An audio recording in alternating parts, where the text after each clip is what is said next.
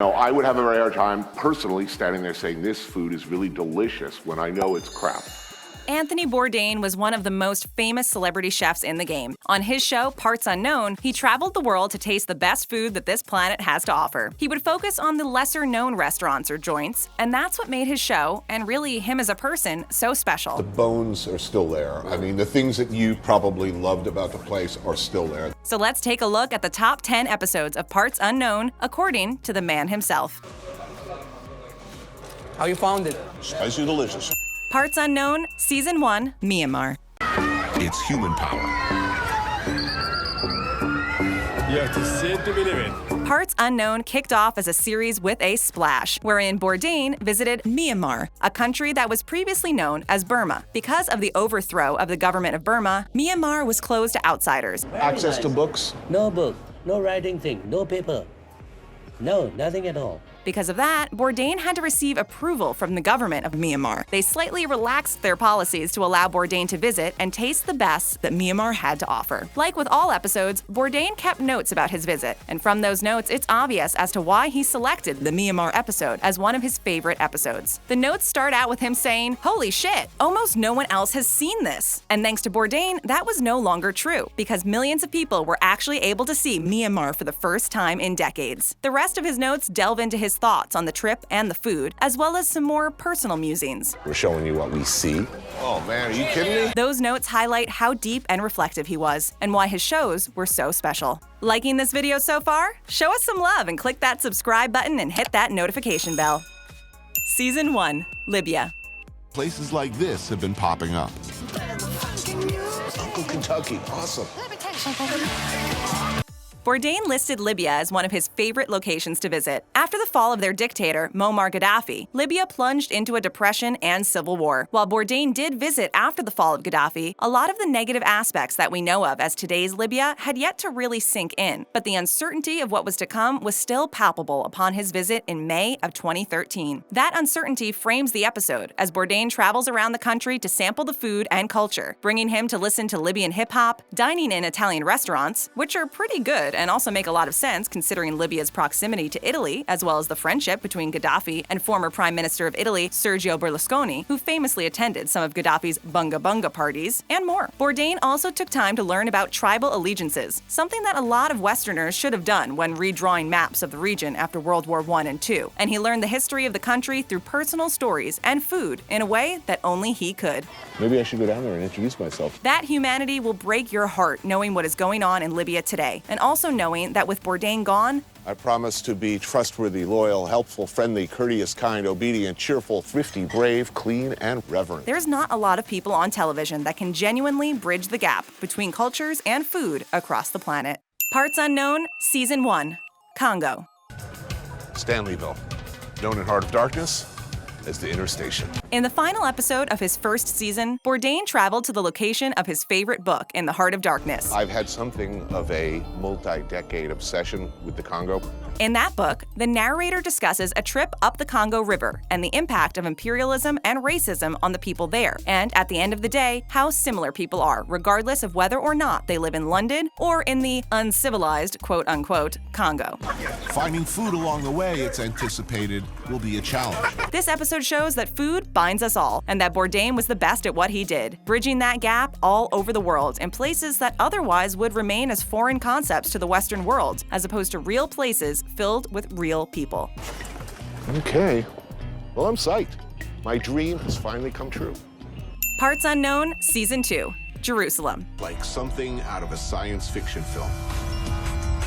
This is the wall.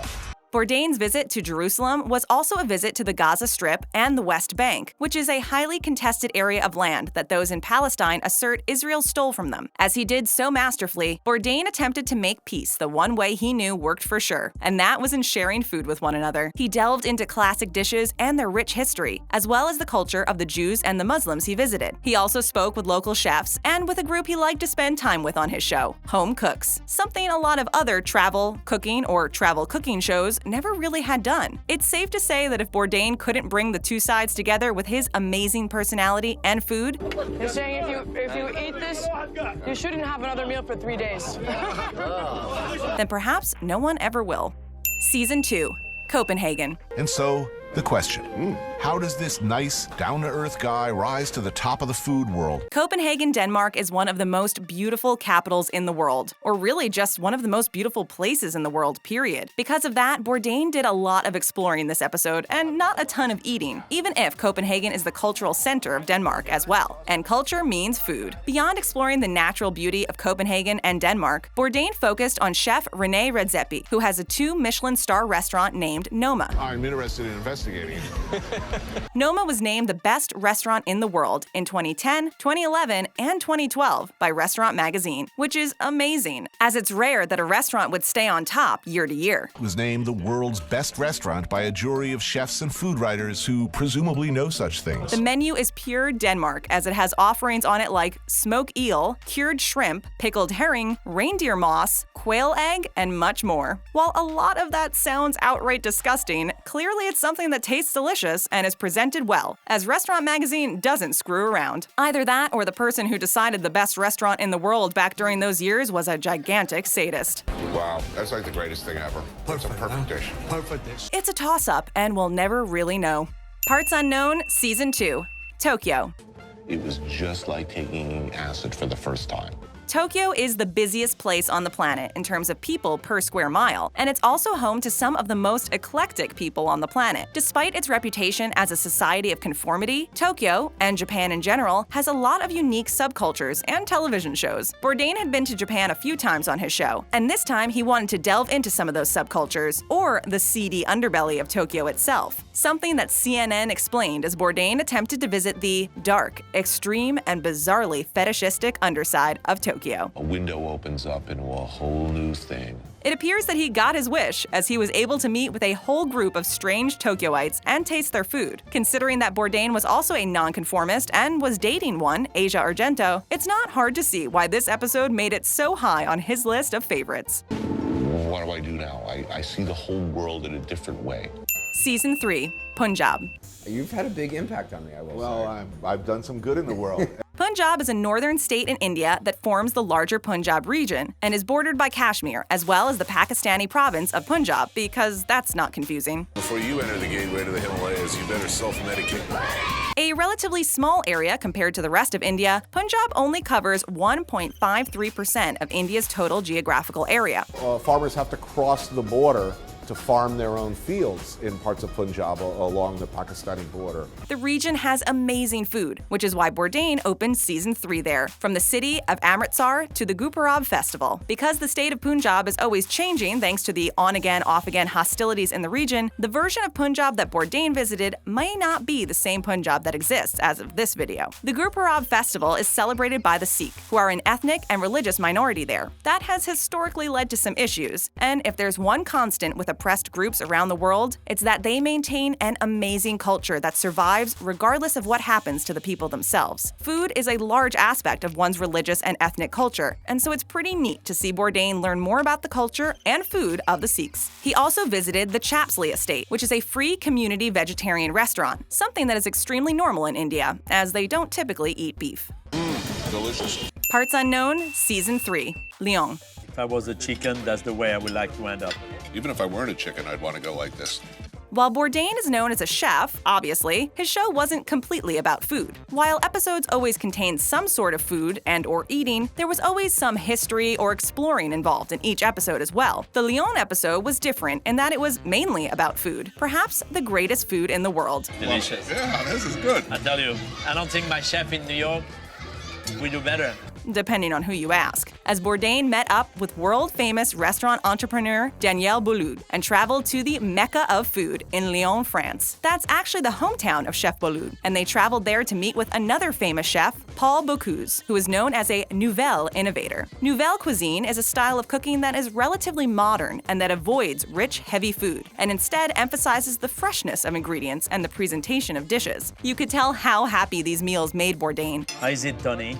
It's divine. And it's really heartwarming to see him enjoying himself. It also really makes you want to find a restaurant that focuses on nouvelle cuisine, or a cookbook online that you could use to make some meals yourself. Season 4, Shanghai.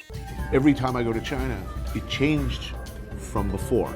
One of the places that was relatively unknown to the average Joe up until the 1970s, with then-President Richard Nixon's famous visit, was China. Now, with the reforms they've made to their communist policies, China is not only an open place for people in the West to visit, but also the fastest-growing economy in the world that is set to overtake the United States in about 30 years. Bourdain visited Shanghai and took note of the booming economy, while also exploring parts of Chinese culture and history and how it still resonated in modern China. You think that where you live is the center of the world, or the most modern? Any fans of Bourdain knew that he'd be a lot happier eating some street grub than five-star food in a stuffy restaurant. Shanghai is going to be a real rude slap in the face. And the Shanghai episode is a great example of that, and probably why Bourdain selected it as his second favorite episode, since most of the episode is about his experience with that street food.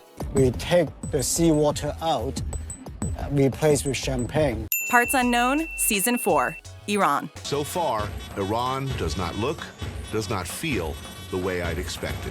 As this list has shown, Anthony Bourdain loved to go to areas of the world that are restricted, meaning that they're hard to travel to, and thus, for the most part, parts unknown. Iran was a former democracy that was overthrown by far-right religious fundamentalists in the 1970s. Long story. Because of that, and especially after former President George W. Bush named Iran as part of the axis of evil, it's a difficult place for Americans to visit. If you want any proof that it's still a bad idea to visit Iran, 2 employees of CNN that were there as part of filming Parts Unknown were detained and released by the Iranian government while there. Bourdain feared very little and showed that in the episode as he attempted to expose what it was like to live under an oppressive regime like Iran's government. It feels very much like Southern California or Barcelona and Tehran at times. He stopped and ate at a few homes in the capital of Iran, which is Tehran. He also showed what the nightlife is like in Iran. It's surprising to hear that Iran even has a nightlife, but it's been said that outside of the hardline leaders, a lot of people in Iran are actually quite liberal, and that's something that is encouraging and sad at the same time, as they basically don't agree with what their government is doing, but have no choice but to sit around and abide. And in this case, some of them also cook amazing classic Iranian dishes. Got an appetite for more? Go ahead and click that subscribe button and hit that notification bell. And don't go anywhere, check out some of our other videos.